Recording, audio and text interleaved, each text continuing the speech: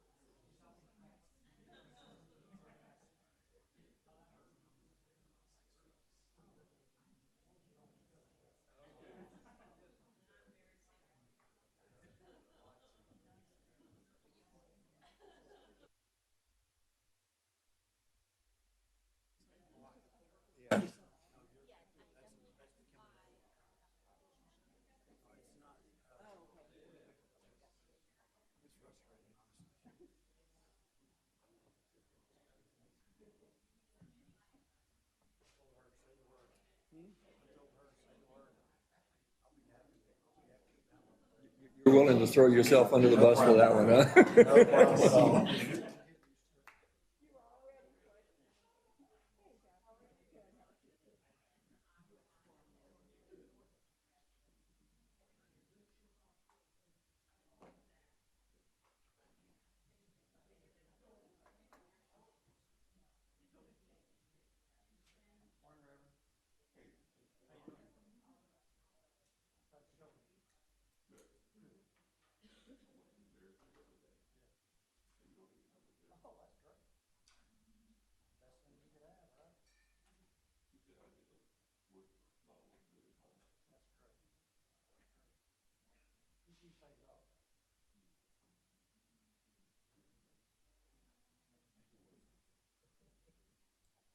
To be in my chair to be here.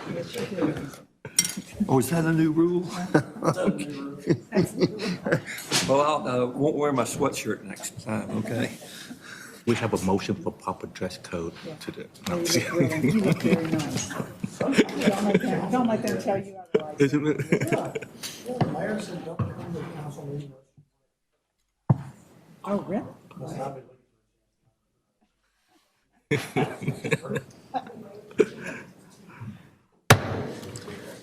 Good morning. Welcome to our Finance, Planning, and Investment Committee meeting.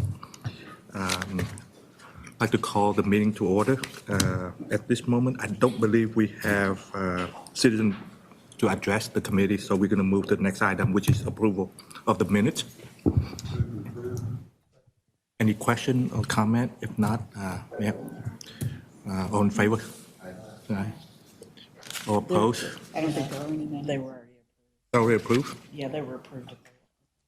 Oh, that's what for me. Okay, sorry. Take it back. No motion. And at this moment, I'm going to turn over to our other co-chair, Mr. Petty, for Thank you, the Mr. planning Chairman. agenda. Appreciate the opportunity to be here today. We don't have any specific planning matters that will require action. There's several finance recommendations that will be considered later on the agenda, but I'd like to call Adam up and give us an update on the master facility construction plan. I know he's been working on a dashboard presentation, a placemat for us that's getting very close. So Adam, welcome. So in our last meeting, I mentioned it was a busy September, and all of that is coming to fruition. As you may have seen outside our door or window to our west here, the PUC, we have taken over that area for the PUC construction, and Vaughn has been making quick work of it already. They've stripped the parking lot down, they've made safe all the electrical, and they are moving forward very quickly, looking to make up time on the schedule. So we're very pleased with that. I'm going to jump ahead one here, since it goes with the PUC, the temporary parking. In conjunction with taking the parking out to our west for the PUC, the first lot, the temporary lot, is complete. It is occupied as of right now. And lots B, C, and D up to the north are scheduled to complete in December. And that is in line with our schedule for the parking garage. So those are moving along quite nicely. I'm going back to the medical home. We are framing up for the foundation. In fact, they are supposed to make their first pour this week for the foundation. I think it's 6 pours total, so over the next couple of weeks, they will have a slab completed. So it is moving along quite well, and again, we're working to make up time that was lost during the city applications for permits. So again, we're moving along quite nicely. Again, all under budget, moving ahead on schedule.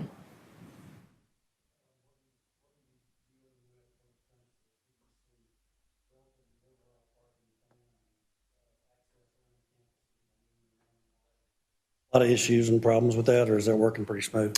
It's multifold. So right now, we have more parking than we had previously, and that's by intent. We are concerned with the next phase with the taking for the JPOC parking lot. B, C, and D, we are looking for additional parking. There's other pieces of land that are paved that we are looking at that possibly we could rent As you may recall, we already completed the Hemp Hill parking lot. That helped greatly. We just recently restriped that to gain additional spaces in that lot as well. So it's close right now, but for comfort, we think we're going to need a bit more. And so that's why we're looking for additional lots to rent. So is there a plan that would accommodate just the proximity, the distance from those lots to here? Is there something we should be considering when it comes to shuttling people or some opportunity? We to will get be them here? shuttling from the north lots up on South Main, and then the other lot we're looking at is within shuttle distance. It's actually even closer. Okay. We did look at the lot across the street from the garage here on Allen Street, but Vaughn beat us to the punch and rented it for 3 years. So we're looking elsewhere. Any questions for Adam? Facility plan? Okay. Yes, sir. But I'll just comment. My concern is once the construction is complete, everything's done, where they're going to park. Yeah. Yeah, your completion plan for your MOB parking and the overall plan, does that assume you'll have to continue to have additional lease space, or will that bring us to where we think we No, are until we start? there are phase two? 2,500 spaces in the new parking garage. And that is a number of spaces, and I don't know the exact number. I think it's about 150 spaces over our max load. And again, you gear for max load, but max load really doesn't happen except for shift change. So that peak is a point in time during the day, not all day. So we are past max load on that. Additionally, we still have other parking lots that are available. In the future, when we take the towers down, we do have the green space on this side of the street, which we intend to pave an area there as well. It's always better to have additional parking. We're in that state right You're now. going to take green space. Wow. Okay. That's ex-Parks Director you're talking to right there, right? We're going to have a lot of green space when we take this tower down. You have to replace every single blade of it. I'm going to rest of trees. I think I need to bring a landscaping plan in because we have some pretty high hopes for the landscaping in the future in the front of the tower. So I was visiting with, was doing some projections based on the growth of the medical district in Fort Worth. And he said that over the next 5 to 7 years, there will need to be 50,000 more employees in the medical district to be able to meet the need, the growth of this area. So you start talking about parking and access, it's tough now, but it's going to get a lot tougher. Does that mean we need to take Lancaster down to one lane? I don't think I'm willing to recommend that. I'm sure the mayor will appreciate that, though. No, Lancaster, the plans are so huge for Lancaster and what's going on with the A&M campus, the other stuff that's going on. My goodness. Yeah. It'll be amazing. Yeah. It's crowded now. It is. So It is. Other Anything questions else? for Adam? Any anticipate challenge with the encroachment agreement with the city of Fort Worth? right now, it's in our legal, so it's in our hands. I don't perceive any issue. The city has gone through the red lines, and we're reacting to those, responding. We should have those out next week, so I don't see that at this point. Thank you. So, Okay. Thank you very much, Adam. you bet. Appreciate it. Thank you. I guess it's, That's still, it's your court. We don't have any finance items for action today. okay. Before we start the finance, we have one item pulled from the agenda, which is item 7H. That will be pulled for the agenda. Yes, 7H. Finance report, Madam CFO.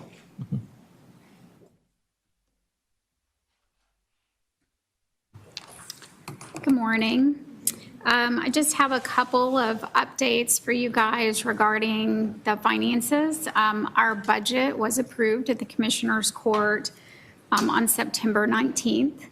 And now that we're kind of into a new operating year almost, we're focusing right now on closing out year-end '23. Just as a reminder, our year-end does wrap up on September 30th. We're not on a calendar year. So we go right from budget into closing this year, and auditors will come out at the end of October. So we'll be busy doing that as well. You guys will see the September year-end results at the October Finance Committee. And then those numbers typically do not change between that and when the audit is presented at our December meeting. So lots happening this time of year. So when they set the tax rate for us, did that require adjustments other than what was presented to us prior on the budget? No. We actually brought back to the board, and you guys saw the budget with the adjusted tax rate at the point 1945. And that was recommended again by this board, and the Commissioners Court approved that. I guess it was about a week ago, Tuesday. Yeah, I was out, okay. Yeah. Okay, if I can go ahead and start our August report. From an inpatient standpoint, we were only about 2% over for the budget, but you can see there's a nice seasonality with this. We do have kind of a higher admission rate, mainly because of the heat and the summer conditions. So you can see that naturally increase this month. It was higher than prior month. Our length of stay down at the bottom right has started to come down. We've had a lot of focused efforts. Dr. Carla Pudi coming has, there's a fly right there, I'm sorry. Dr. Carla Pudi has started a work group that is really working diligently on removing barriers to discharge. And so I believe that September, you'll start to see that downward trend there. And as we decrease length of stay, it does increase our capacity with new admissions. On an outpatient standpoint, the emergency department continues to rise. You can see the dark blue line on the top left graph. This is the highest month ever. We saw just over 11,200 patients in the month of August. That is 361 patients on average a day. There were higher days than that, obviously. And again, this is the largest volume to date. We have, again, a natural seasonality in the emergency department there, as you can see in current and prior year. We tried to mimic that in the budget, but we have returned to volumes that were 2019. Urgent care is also much higher, but pretty consistent with the prior months. On average, we saw an additional 130 patients a day in urgent care. And they are just below the pre-COVID volume, but as you can see, those are returning. Is there a pattern here? I mean, is there something that is, we got more COVID cases? I mean, that's 66 people a day more in the ED. We were already over 300. Is there a pattern? Is there anything we can point to? I think it's multifactorial. Of course, we are seeing some flu coming through, and of course, COVID, as you've heard, is also coming through. We have had these triple-digit days also, and MedStar will tell you that there's a lot of heat-related transports here. It's not unusual as long as we stay very hot for us to see volume increase. So I think that that has played a factor in it too. And then just the growth. I mean, you know, in the past, we've seen where primary care and specialty care visits were down, and I thought, well, maybe that's driving a lot of that into urgent and ED. But this month, you'll see as we start to staff our clinics and are getting more providers on board, that even with increasing volumes through our clinics, we're still seeing increase in ED and urgent care. So we'll continue to analyze it, but I'm thinking it's probably multifactorial. That's amazing. On the right side of the graph, you can see that clinic visits are increasing as well. You can see that primary care is over their budget this month, as well as specialty care. On surgeries, we have increased our OR utilization, paying attention to every minute. And our inpatient surgeries are trending higher than prior year, but our outpatient surgery growth is larger. And we are doing additional surgeries. Again, looking back at 2019, this has, every year we have thought we would get back to 2019 volumes, and this year we're actually seeing that occur throughout the medical center. In behavioral health, they are right on budget with patient days. I will tell you, there's not a lot of movement in the patient days or volumes in behavioral health inpatient because we are at capacity. You can see in the top right-hand graph that we are always right at 90%. Literature will tell you that anytime you're over 75%, it becomes a logistic issue. But with our behavioral health patients, you know, we try to turn those beds over as quickly as we can. On the emergent, yes.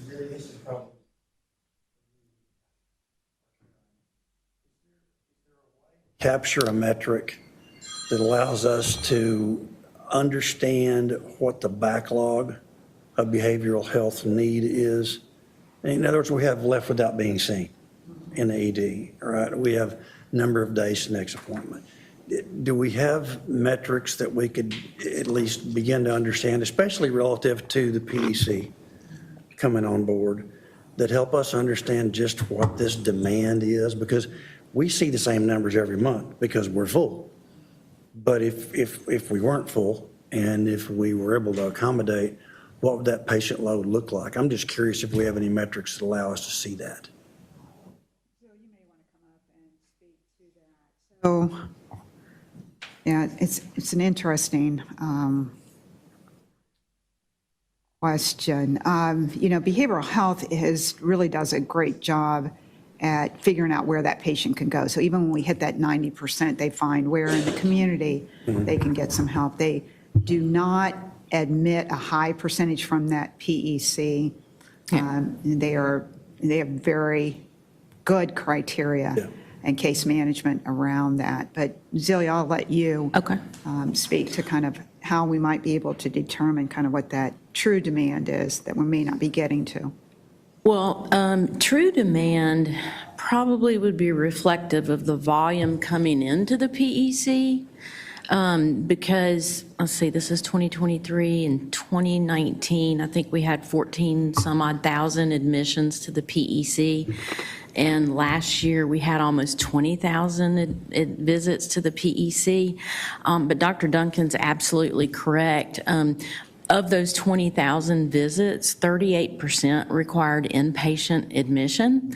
Most of those came to the TSP, but those that could not, because we were full, we did transfer out either on insurance or contract. We're contracted with several psychiatric hospitals in the county to help with our overflow so that we're not backed up in our psych ED.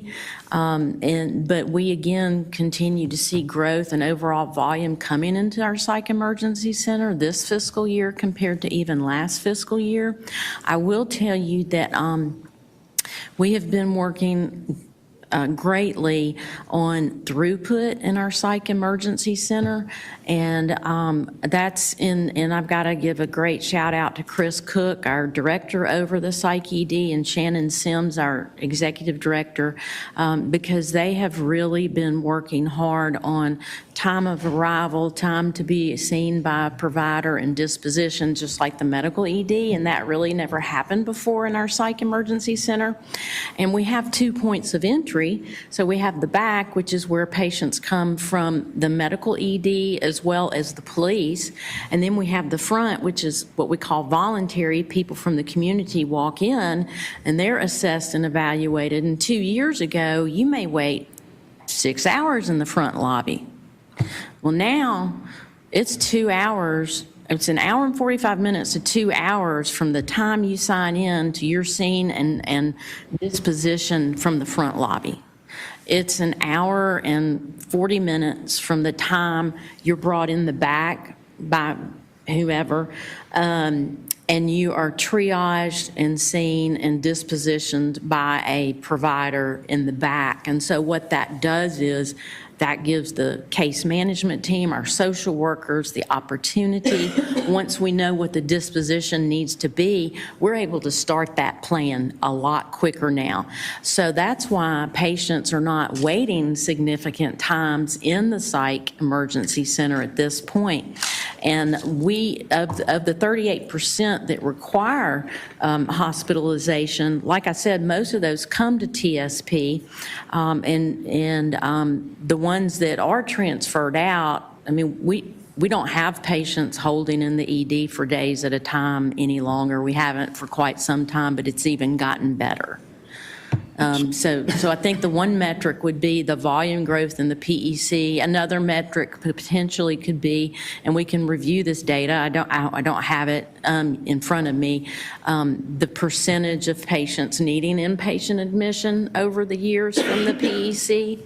To see whether that percentage has grown or if that's been fairly constant. And also we could potentially look at the increase in volume of people walking in on the voluntary side as well. How many, Azealia, how many do you think walk in that can't wait an hour and 30 minutes, that leave? So when they come and sign in, there's a quick triage, and we have to run it just like the medical ED because it is an ED. And so if we think, something, this could potentially end up, we take them to the secondary waiting area, not where the lobby is, because that's behind locked doors until they can be seen by a provider because they may need admission. Good, good. Yeah, we Well, don't. that's comforting. I'm glad you have those metrics. It's something I think I'd like to understand a little more, because as we move into the PEC, there's going to be a lot of pressure on us to accelerate the psych hospital. And there needs to be. I mean, all the way back to Blue Ribbon, the inpatient demand for behavioral inpatient is just going to continue to grow exponentially. Mm-hmm. So the more we can elevate the data to the policy level, I think the better we're going to be in a position to make sure that we can sort of make sure that need is clear as we start looking at new opportunities and new partnerships at JPS. Because JPS, we own this market. We do. And we're good at it. Thank you, I agree. And, from my perspective, the things that we own that we're good at, We should. we ought to be raising the flag. Yeah, and So, we've you know had what? internal Yeah, conversations because you on guys that, do yeah. such an amazing job.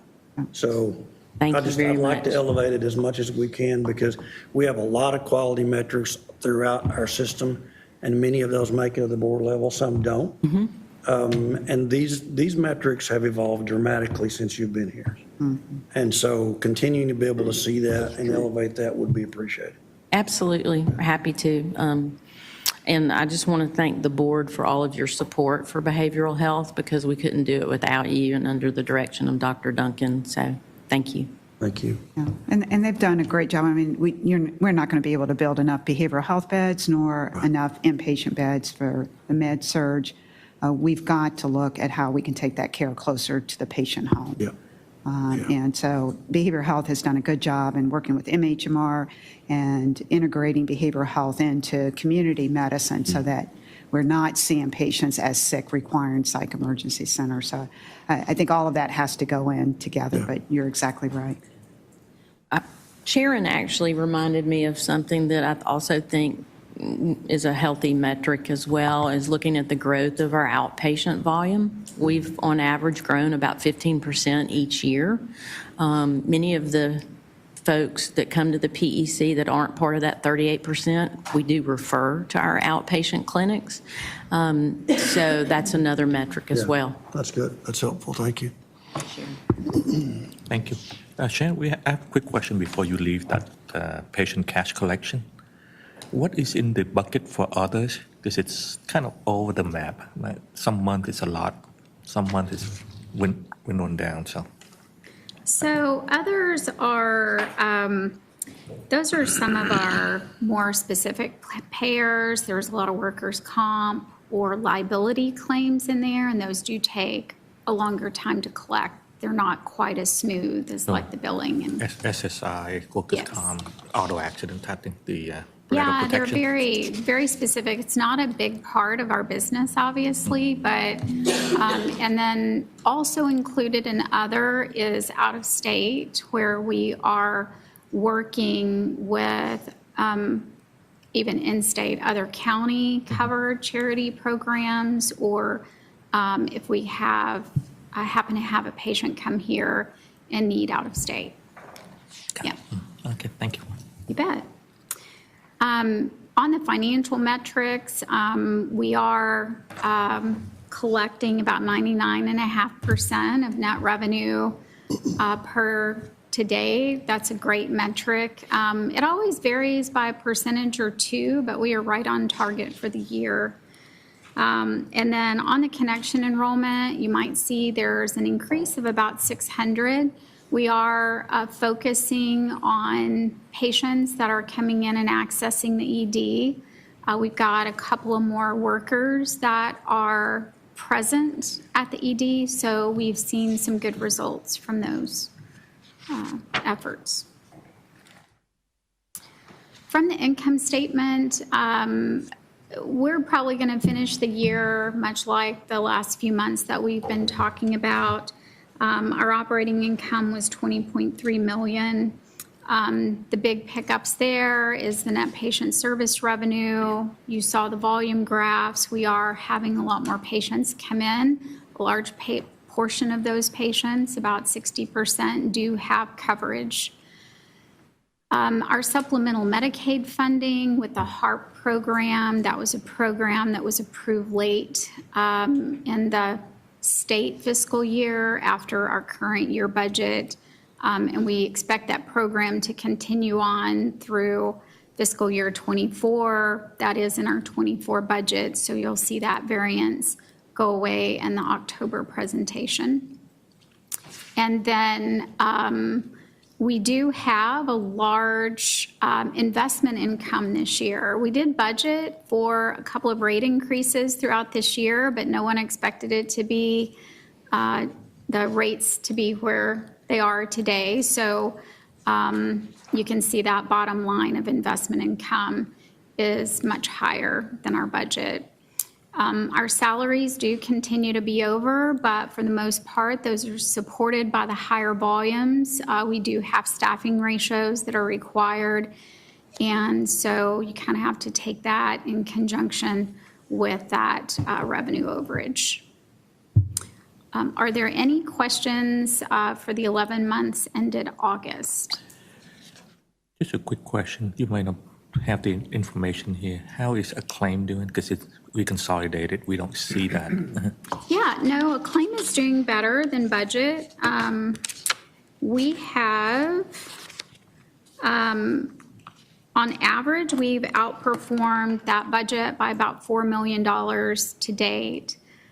So they are performing better. Again, they have higher volumes. The acclaimed physicians are the ones that support all of our outpatient clinics.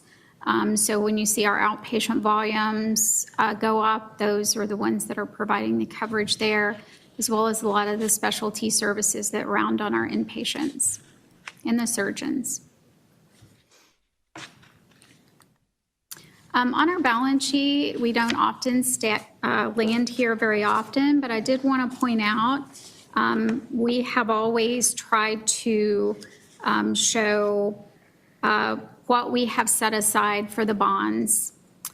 So you'll see that we have kind of at the center of that page, just below the black line on the screen, the board restriction for the master facility plan. That's our future fund that's sitting at $621 million right now.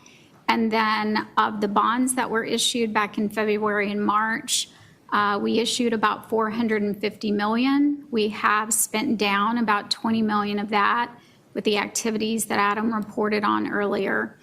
So that $429 million that you see is those bond proceeds waiting to be spent on the designated projects. And that is the end of my So prepared Sharon, remarks. what do we, I mean, we're going to end the year better than we thought, obviously. Is there thought to adding additional dollars to the restricted account for the master facility plan, or what do we do with that extra cash?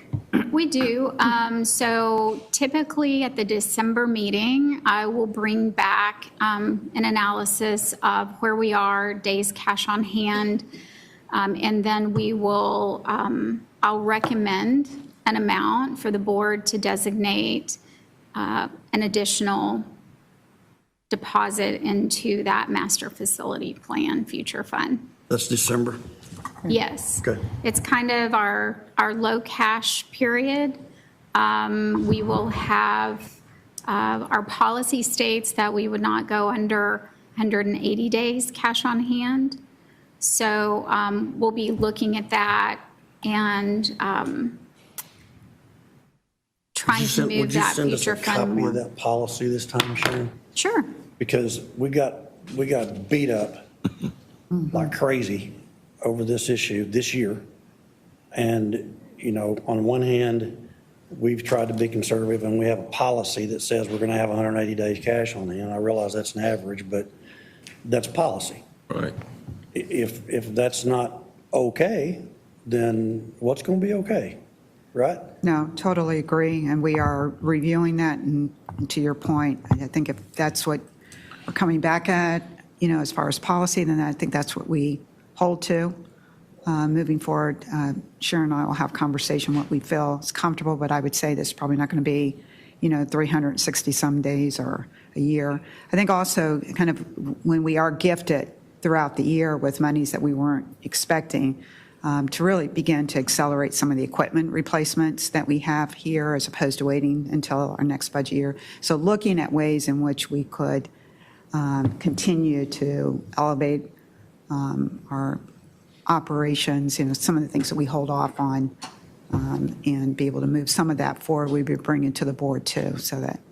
Karen, I think that's a good idea. I think, honestly, I wouldn't mind us considering elevating that discussion, though, because the policy's been in place a long time.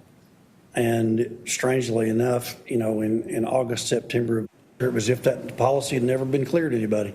Mm-hmm. It was as if that policy didn't even exist. Mm-hmm. Because we were battered about because we were adhering to our own policy. Well, I don't think that makes much sense. If we're going to be told to change the policy, what's the policy supposed to be? Yeah. We have experts that tell us what we need Yeah. based on what this capital demand of our system is and our operating dollars. Every city in America has cash reserve requirements as a function of their financial advisor advice to maintain their bond ratings. I don't want to get surprised again next year saying, well, why in the world are we keeping so much Yeah, money? I mean, we've got to be able to defend our policy, right? I mean, there's a Absolutely. reason why you set policy, Right. and there's ways in which you set your policy, and I totally agree. So Yeah. we've got to sit down to your point and figure out what makes sense, given the environment that we're in and our future needs, and then be able to defend that and be proactive in messaging that. And I'd like our financial advisor present when that discussion takes place.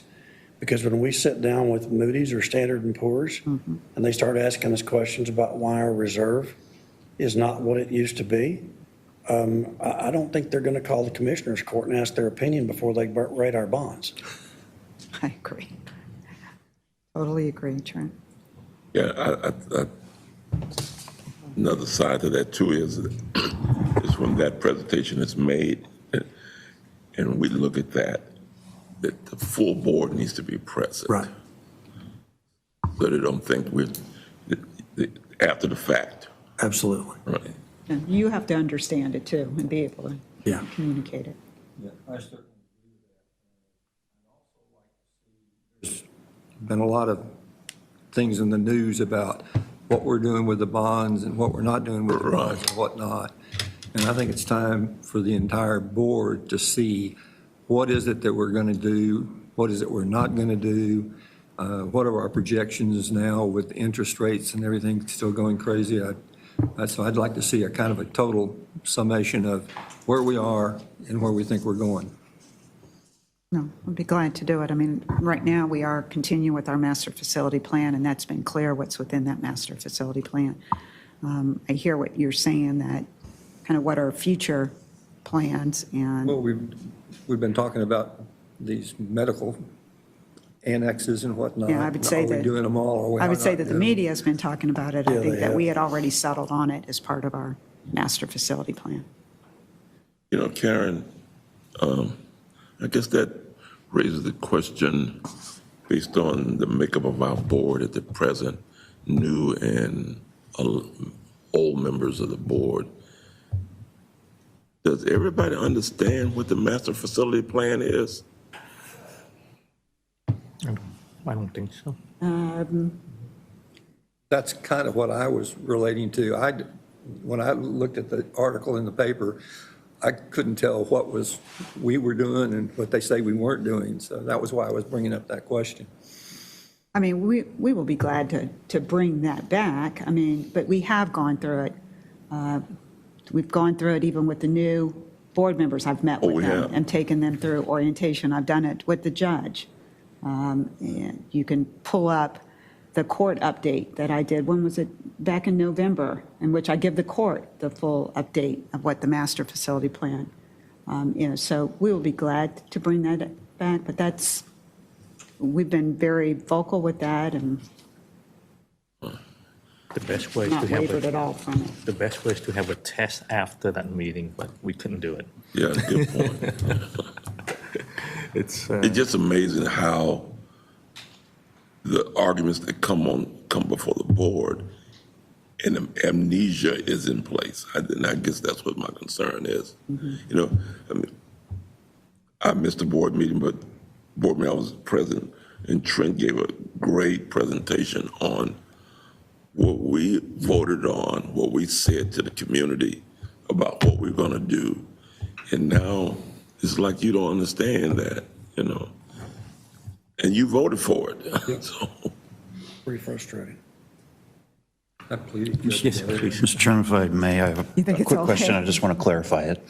From what I've understood, sitting on this subcommittee for the last couple of years, there's a number that we needed to get to supplement the bond, and it's a nice round number of, I thought, around 700 million to complete the master facility plan. Is and Mr. Petty alluded to it, is there enough money to flesh out the remaining amount that we need to have in the master facility plan bond future fund? And if we do that, does that then impact our bond rating in a more favorable way going forward because we have enough money to complete it? So I'm going to try to answer kind of in a timeline standpoint, if you don't mind. So the bond rating process that we went through last year, we got incredible bond ratings because we had prepared financially for $1.5 billion worth of bricks and mortar projects. Also associated with those projects is operational expenses as they come on board, a large part of which is the interest expense because of the bond drawdown. A few years ago, to help with that $1.5 billion worth of projects, the voters did approve up to $800 million of debt that we could issue for those specific projects. We did issue $450 million earlier this calendar year. That would leave about $1 billion that we still have to fund. We have about $620 million in the future fund currently that's earmarked by this board and set aside on our balance sheet, as we saw earlier. So we still have about $440 million for the bricks and mortar component. And that's going to be a process over the next 4 to 6, 7 years as we go all the way through the towers opening. We could issue $350 million, and we could also help our future operational load if we could raise additional monies and not issue the full $350 million. That's not a decision or a recommendation that I would be making today. We'll have to kind of see when we get there after the first phase of the master facility plan is done. That includes the MOB, the garage we were talking about earlier. And then the second phase, for my discussion purposes, is really just the opening of the 2 new towers. So when we get through the first phase, we'll have to sit down, and I will be making a recommendation at that point in time on how to pay for the bricks and mortar. The second challenge during the same 5 to 7 years is going to be onboarding those projects that do have some significant operational expenses that come on board. We're expanding services. And again, probably about a quarter of that is going to be debt service that we'll have to repay.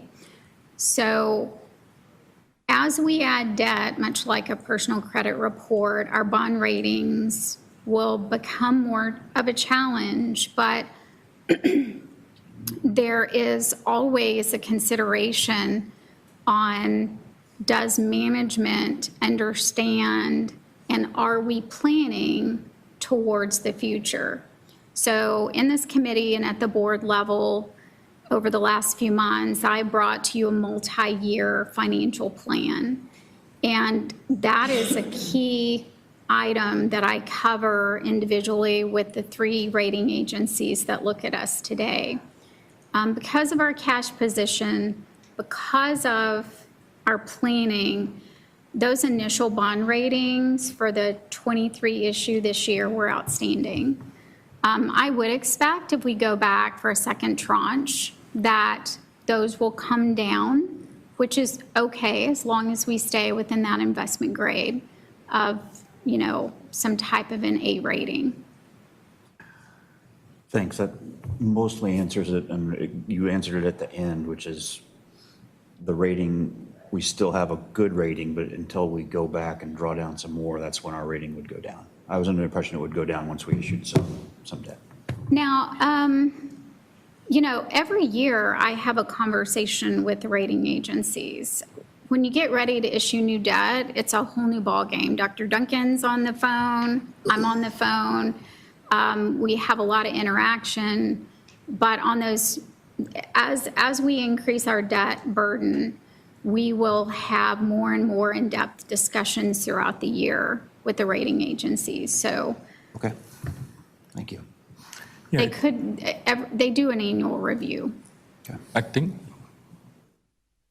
this is unscripted, so I'll just say whatever is in my mind. So just take it for what it's worth. We didn't do a good job to express that when they passed the blue ribbon for the bond. It's not $800 million that will satisfy to build the next facility for the next 30 years. It's about $1.5 to $2 billion. $2 billion. So as a business person on this, we are more business than political.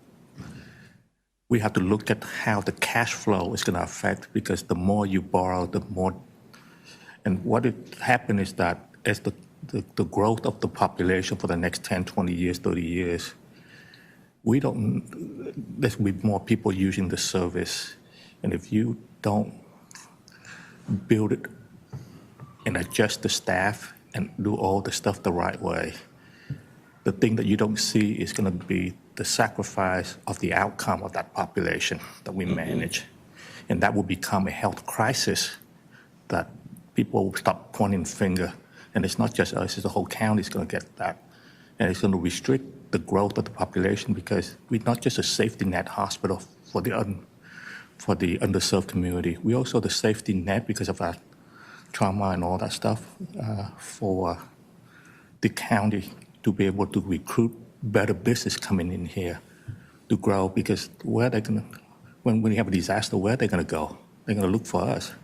First responder will be looking for us for all that service. It's not cheap. And you can have a nice building, but you're going to have to cut service, and that's the last thing you want to do. And also, we have no idea what Medicare and Medicaid financing and insurance is going to do for reimbursement. We just assume they're going to pay a rate, and then it's going to have escalation, it's going to have CPI added onto it. That's absolutely wrong. Yeah. I mean, they're going to try to squeeze every dollar out of it to the point where we can't operate, and then we're going to have a conflict with them, cancel contract, disruption, all that stuff. So it's a lot of work that the administration, everybody at JPS doing, and we are worrying about it day in and day out. And one nice thing is that I think we worry about it because we care. We don't get paid. It's all volunteer. So I think sometimes people need to take into consideration and take time off. Let's start talking to see what else we're missing here from outside looking in, and allow us to have the opportunity to give them more information or discuss about it to see what are the things that will affect us in the next 10, 20 years. So.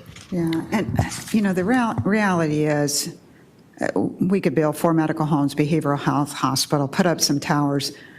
We've got a 5-year runway on the workforce. We don't have workforce. We are going to be challenged even to be able to create the workforce for the PEC that we're building, the new medical home. And so we've got to take that into account, and we've got to figure out, and this is across Tarrant County, it's across the country, how we're going to create that workforce, how we're going to provide care in different ways in which we never provided it before, which may not be brick and mortar. So there's just so much that's going on that we can't be myopic in saying that this was the Blue Ribbon Committee or it's the master facility plan. We've really got to think about where we're at today, and not only what we can do financially, but even what we can do from being able to have a workforce and retaining the workforce that we have to be able to do it. We can have beautiful buildings, but you've heard about behavioral health hospitals here in Texas that are sitting empty. We can't admit to because they don't have anyone in rural places, and we are also going to start to suffer with that. We're seeing fewer physicians. We're seeing more retire. Same with nursing is a challenge. So we've got to take that all into account as we're looking at what we're going to do moving forward. Thank you both for the perspectives. I do appreciate both of them. Yeah, people assuming that the building just operates by itself. There's a lot of change process and all that stuff to get us where we are today and continue, like Dr. K, with the discharge and all that stuff, trying to find ways to have patient throughput and all that stuff. So that's saving a lot of money and time also as well. All right, quick question for you. On that $621 million for the future fund to build the hospital type thing, the interest on that, does it go back to that pool or does it go to the general pool, and how do we? We're allocating it back into that future fund balance. Okay. So Yeah. Thank you. Any more All right. questions? No? Thank you. Thank you. All right. May I have a motion for approval? So moved. Second. Trent? All in favor? Aye. Signify aye. Any opposed? None. Motion passed. Mr. Adam again.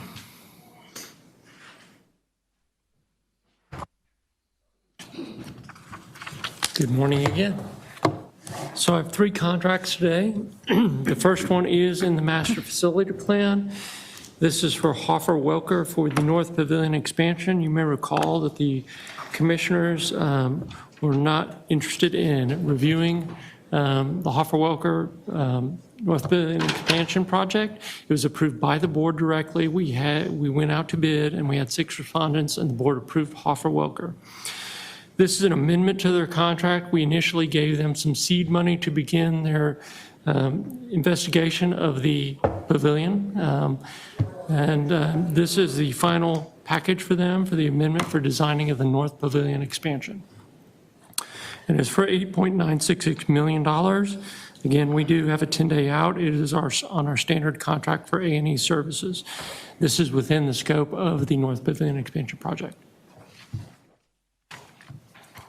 May I have a motion? Move to approve. Second. Any question, comment? If not, all in favor, signify aye. Any opposed? Motion pass. Next one, B. Okay, the second contract is with Firewise. It's to replace the sprinkler pump within the EMS building. That's the building that has the HU and the E3 ICU in it. It's for $851,000 and change.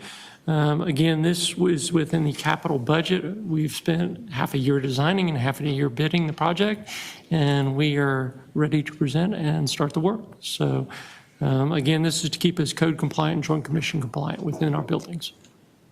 So moved. Second. Any question, discussion? If not, all in favor, signify aye. Any opposed? Motion pass. Item C.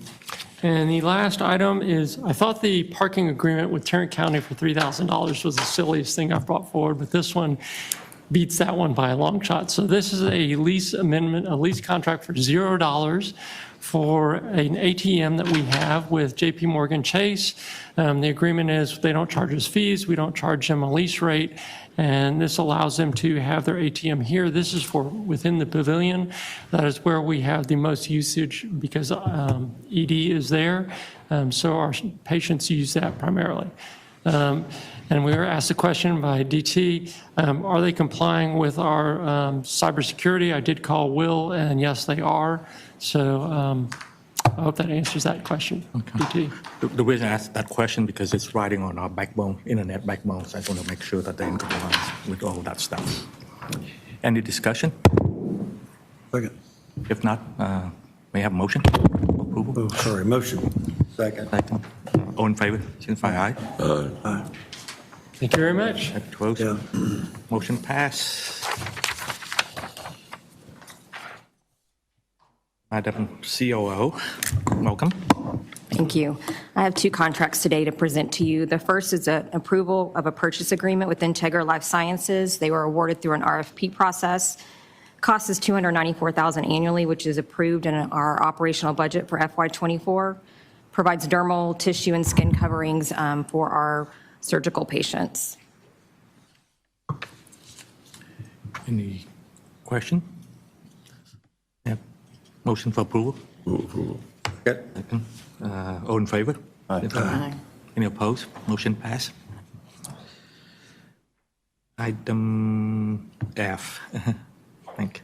This is approval for a pricing agreement with Specialty Care Cardiovascular Services. They were again awarded through an RFP process. They provide perfusion, ECMO, and other cell saver services 24/7. Cost is a little over 1.3 annually, which is again improved in our operational budget. Move approval. Second. Any question, discussion? If none, motion.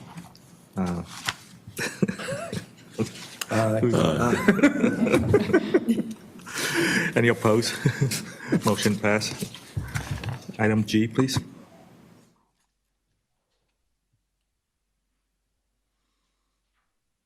Hi, Joey.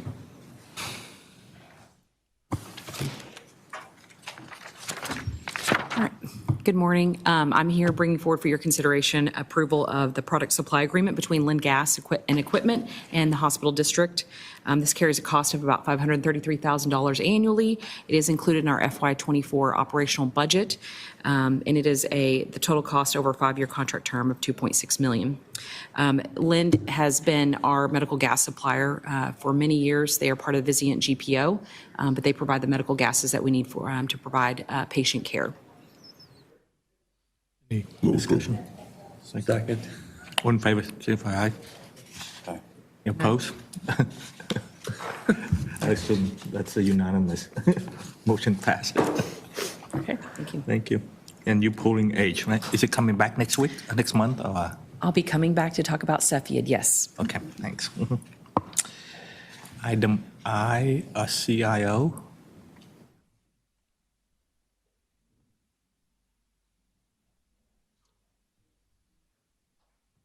Jill, you want to take that one?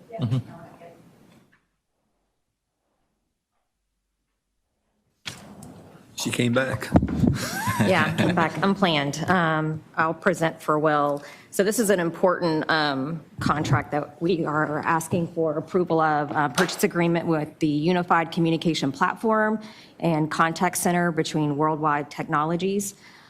This is an implementation cost and hardware cost, which has again been approved in our capital budget, a little over $4.4 million, as well as a one-year term of almost $1.6 million. Total contract is over 5 years. So this is very important as we continue to improve our foundation for our contact center PBX platform, and will allow to grow and consolidate all of our outdated current systems. So this is replacing the current PBX platform? Yes, it'll be, yep. We have multiple things going on right now, so this will get us, First century. yeah. Still have the original. Yeah. Yeah, we still have the phone that you Rotary. dial. The Everyone rotary. remembers that. Operator puts the thing in. Yeah, if you want to even go back that further, so, yeah. Will talked a lot about this in our budget retreat and how important this is, some of the foundational elements This will to, revolutionize. yeah, exactly. This will take us to voice for IP and Yeah. everything else. Move to approve. Second. Any question from Zoom? Technical question? Don't look at it second. All in favor, signify aye.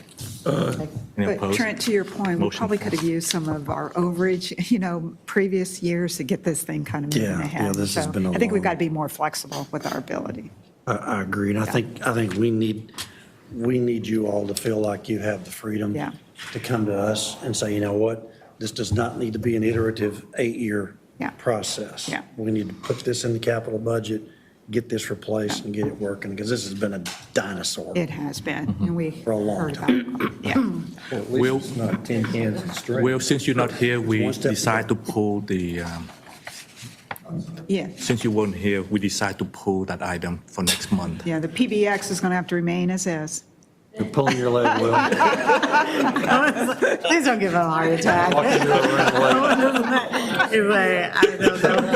That'll teach you for being late. You see, Will. Hopefully I wasn't that bad in presenting it for him.